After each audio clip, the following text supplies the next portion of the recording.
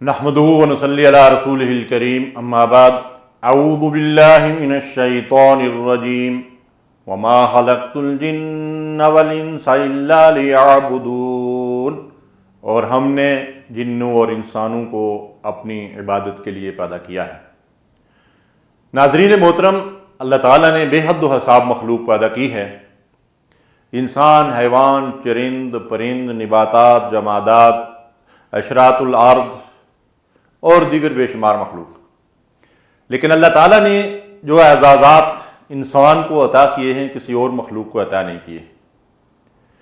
اللہ تعالیٰ نے آدم علیہ السلام کو پیدا کیا، ساری مخلوق اللہ کی پیدائش ہے، اللہ کی تخلیق ہے، لیکن اللہ تعالیٰ نے آدم علیہ السلام کا جو پتلا خاک سے، مٹی سے تیار کیا،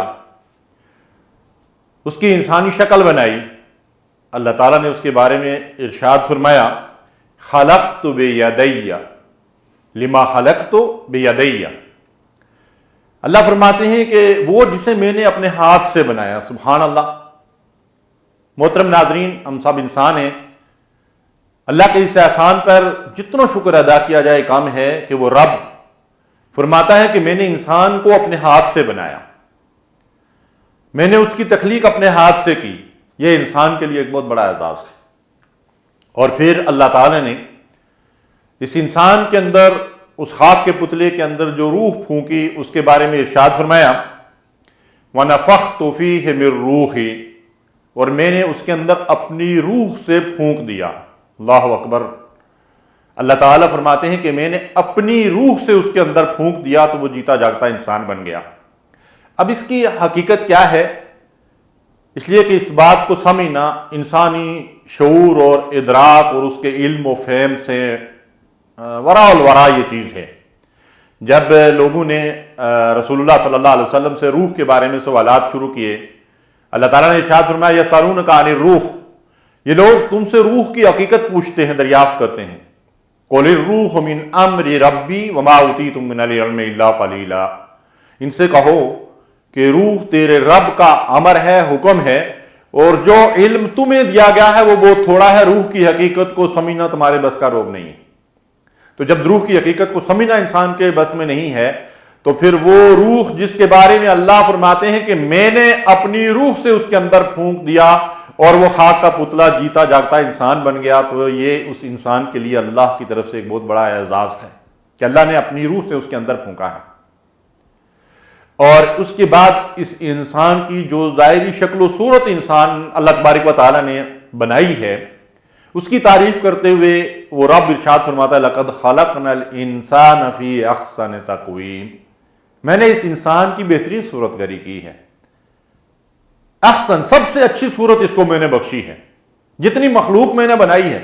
وَلَقَدْ كَرَّمْنَا بَنِي آدم، ارشاد فرمایا کہ میں نے آدم کی اولاد کو بزرگی عطا کی ہے، ہر لحاظ سے شرف اور بزرگی، اس کی عقل، اس کی فہم، اس کی فراست، اس کا ظاہر، اس کا باطن، ہر لحاظ سے انسان کو اللہ تعالیٰ نے بے مثال بنایا ہے۔ کسی اور مخلوق کے بارے میں اللہ تبارک و تعالیٰ نے ایسی چیزیں ارشاد نہیں فرمائی ہیں، یہ اعزازات کسی اور مخلوق کو عطا نہیں کیے ہیں۔ ظاہری صورت بھی اس کی ایسی بہترین، اور پھر آپ حضرات جانتے ہیں کہ یہ انسان مسجود ملائکہ ہے۔ ملائکہ اللہ تعالیٰ کی پاکیزہ مخلوق، نورانی مخلوق، جبریل امین اس مخلوق کے سردار، اور وہ جبریل کی شان یہ ہے کہ اللہ کے نبی صلی اللہ علیہ وسلم نے جب ان کو اپنی اصلی حالت میں، ویسے تو جبریل جب رسول اللہ صلی اللہ علیہ وسلم کی خدمت میں حاضر ہوتے تھے، وہی لے کر آتے تھے تو وہ انسانی شکل میں آتے تھے، لیکن جبریل کی جو اصل صورت ہے، نبی کریم صلی اللہ علیہ وسلم نے اس کی منظر کشی یوں فرمائی ہے کہ آپ ارشاد فرماتے ہیں کہ جبریل کے پاؤں زمین پر اور اس کی چوٹی عرش کے ساتھ آسمان کی طرف جو ہے وہ لگ رہی ہے، اور اس کے 600 پیر ہیں اور ان پیروں نے سارے افق کو ڈھانپا ہوا ہے۔ سبحان اللہ، جبریل کی یہ شان۔ اس جبریل کو بھی اللہ تعالیٰ نے حکم دیا کہ آدم کو سجدہ کرو۔ اللہ اکبر۔ اے حضرت انسان، اے بھائیوں اور بہنوں، کیا ہمیں اپنے ان اعزازات کا شعور اور ادراک ہے؟ اس بات کا احساس ہے کہ اللہ رب العالمین نے ہمیں کتنے بڑا شرف عطا کیا ہے، کیسے کیسے اعزازات عطا فرمائے ہیں، اور ہمیں انسان ہونے کا شرف حاصل ہوا۔ یہ انسان جس کو اللہ تعالیٰ نے یہ مرتبہ اور مقام دیا ہے، جس کے بارے میں شاعر کہتا ہے کہ فرشتوں سے بہتر ہے انسان ہونا یا انسان بننا۔ حقیقت یہ ہے کہ انسان ہونے کے لحاظ سے تو جتنے بشر ہیں سارے انسان ہی ہیں، لیکن فرشتوں سے بہتر ہے انسان بننا، مگر اس میں لگتی ہے محنت زیادہ۔ انسان بننے کے لیے ساری زندگی محنت کرنی پڑتی ہے۔ تو اس انسان کو اللہ تعالیٰ نے یہ جو اعزازات دیے ہیں اپنی ساری مخلوق کے اوپر، اسے یہ شرف بخشا ہے کہ لَقَدْ كَرَّمْنَا بَنِي آدم، میں نے آدم کی اولاد کو بڑی بزرگی اور فضیلت عطا کی ہے۔ لَقَدْ خَلَقْنَا الْإِنسَانَ فِي أَحْسَنِ تَقْوِيمٍ، اسے بہترین صورت بخشی ہے۔ اس کے بعد آپ دیکھیے کہ اس ساری کائنات کے بارے میں اللہ تعالیٰ ارشاد فرماتے ہیں، قرآن مجید کی بے شمار آیات ہیں، احادیث ہیں، کہ یہ سب کائنات اللہ نے انسان کے لیے بنائی ہے۔ اللہ فرماتا ہے زمین، آسمان، سورج، ہوا، پانی، چاند، ستارے، حیوانات، جمادات، نباتات، سب چیزوں کو میں نے انسان کے لیے مسخر کر دیا ہے، یعنی انسان کے تابع بنا دیا۔ اللہ اکبر۔ یہ سب چیزیں انسان کی خدمت کر رہی ہیں، انسان کی ضرورت پوری کر رہی ہیں، اس کے کام آ رہی ہیں۔ تو کبھی ہم نے اس پہ سوچا ہے، غور کیا ہے، تدبر کیا ہے کہ آخر ہماری تخلیق کا مقصد کیا ہے؟ اللہ تعالیٰ نے یہ سب کچھ، اگر یہ محفل ہمارے لیے سجائی ہے، یہ دنیا ہمارے لیے بنائی ہے، اور ہماری ضرورت کی ہر چیز بن مانگے بھی اور مانگنے کے بعد بھی اللہ تعالیٰ نے ہمیں مہیا کر دی۔ وَإِن تَعُدُّوا نِعْمَةَ اللَّهِ لَا تُحْصُوهَا، اے حضرت انسان، اے جن و انس، اگر تم اللہ تعالیٰ کی نعمتوں کو شمار کرنا چاہو تو تمہاری شماریات کے اعداد ختم ہو جائیں گے، اللہ کی نعمتیں ختم نہیں ہوں گی، تم گن ہی نہیں سکتے اللہ کی نعمتوں کو۔ تو اللہ تعالیٰ نے بے حد و حساب نعمتیں بھی دی ہیں، یہ زمین کا فرش ہمارے لیے بچھایا ہے، اور اس پوری کائنات کو ہمارے لیے امتحان گاہ بنا دیا ہے۔ تو اب اس انسان کی تخلیق کا مقصد کیا ہے؟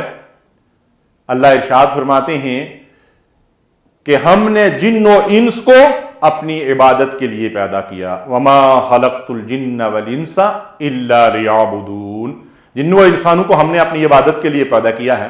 اللہ کی عبادت کیا ہے؟ اللہ کے حکم کی اطاعت، اللہ کی فرمانبرداری، اس کی نافرمانی سے اپنے آپ کو بچانا، یہ ہے ہماری تخلیق کا مقصد۔ ہم میں سے ہر ایک اپنے بارے میں سوچے اور غور کرے کہ کیا اس کی زندگی اللہ کے حکم کی اطاعت میں گزر رہی ہے؟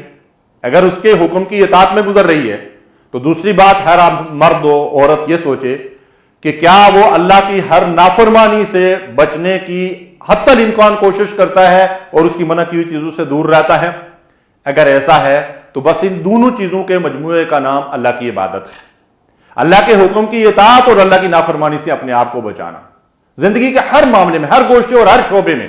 بس اگر یہ کام بھائی اور بہنوں ہم نے کر لیا تو الحمدللہ ہم اپنے مقصد تخلیق کو پورا کر رہے ہیں۔ اگر ہم اپنے مقصد تخلیق کو پورا نہیں کر رہے ہیں تو پھر ہم تباہی اور بربادی کی طرف جا رہے ہیں۔ اور یاد رکھیے، یہ انسان جس کو اللہ تعالیٰ نے اتنے اعزازات دیے ہیں، یہ انسان جب اپنے مرتبے اور مقام سے گرتا ہے تو پھر اللہ تبارک و تعالیٰ سے اس کو سنگین سزا بھی ملتی ہے۔ یہیں اللہ تبارک و تعالیٰ سورہ 3 میں ارشاد فرماتے ہیں لَقَدْ خَلَقْنَا الْإِنسَانَ فِي أَحْسَنِ تَقْوِيمٍ ثُمَّ رَدَدْنَاهُ أَسْفَلَ سَافِلِينَ، پھر اس کے کرتوتوں کی وجہ سے ہم اس کو اسفل سافلین، سب نیچوں سے نیچے پھینک دیتے ہیں۔ کیوں؟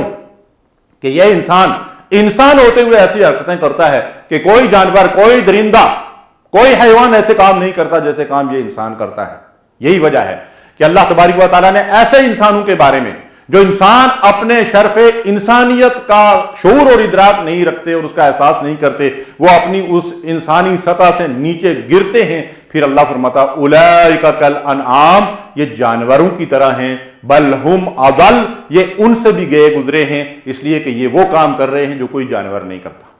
مثال کے طور پر اپنے ملک کی مثال لے لیں، ہمارے ہاں مردوں کو بھی نہیں بخشا گیا، ان کے کفن بھی چوری کیے جاتے ہیں اور ان کی بے حرمتی بھی ہوتی ہے۔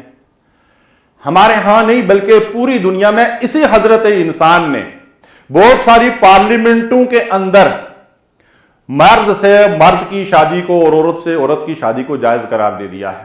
کیا کوئی حیوان یہ کام کرتا ہے؟ کوئی حیوان یہ کام نہیں کرتا، خنزیر بھی یہ کام نہیں کرتا، وہ نر اپنی مادہ سے جو ہے اپنی خواہش کو پورا کرتا ہے، کتا بھی اپنی خواہش اپنی جو ہے وہ مادہ سے پورا کرتا ہے، لیکن یہ حضرت انسان جب پستی اور گراوٹ میں گرتا ہے تو اولئک کالانعام بل ہم اضل، یہ جانوروں سے بھی گئے گزرے کام کرنے لگتا ہے۔ ایسے ہی لوگوں کے بارے میں اللہ تعالیٰ نے ارشاد فرمایا تھا کونوا قردۃ خاسئین، تم ذلیل بندر بن جاؤ۔ اللہ نے ان کی شکلوں کو تبدیل کر دیا تھا کہ تمہارے کرتوت ایسے ہیں کہ جن کی وجہ سے تم انسانوں کی شکلوں میں تمہیں باقی رکھنا جو ہے مناسب نہیں ہے۔ اللہ نے ان کی شکلوں کو تبدیل کر کے ان کے بعد ان کو دنیا سے مٹا دیا۔ انا للہ و انا الیہ راجعون۔ یہ ساری گفتگو کا مقصد کیا ہے؟ ہم اپنے مرتبے اور مقام کا احساس کریں، اس شعور کو ہمیشہ بیدار رکھیں کہ میں انسان ہوں، اور انسان ہونے کے ناطے اللہ تعالیٰ نے مجھے اپنی بندگی، اپنی غلامی، اپنی اطاعت کے لیے اس زمین میں اپنا خلیفہ اور نائب بنایا ہے۔ خلیفہ اور نائب وہ نہیں ہوتا جو اپنی مرضی کرے اور اپنے عقل و فہم سے زندگی بسر کرے، بلکہ خلیفہ اور نائب اصل مالک کے حکم کا پابند اور تابعدار ہوتا ہے۔ اللہ تعالیٰ ہمیں اس تابعداری میں زندگی بسر کرنے کی توفیق دے۔ وصلی اللہ علی نبینا محمد۔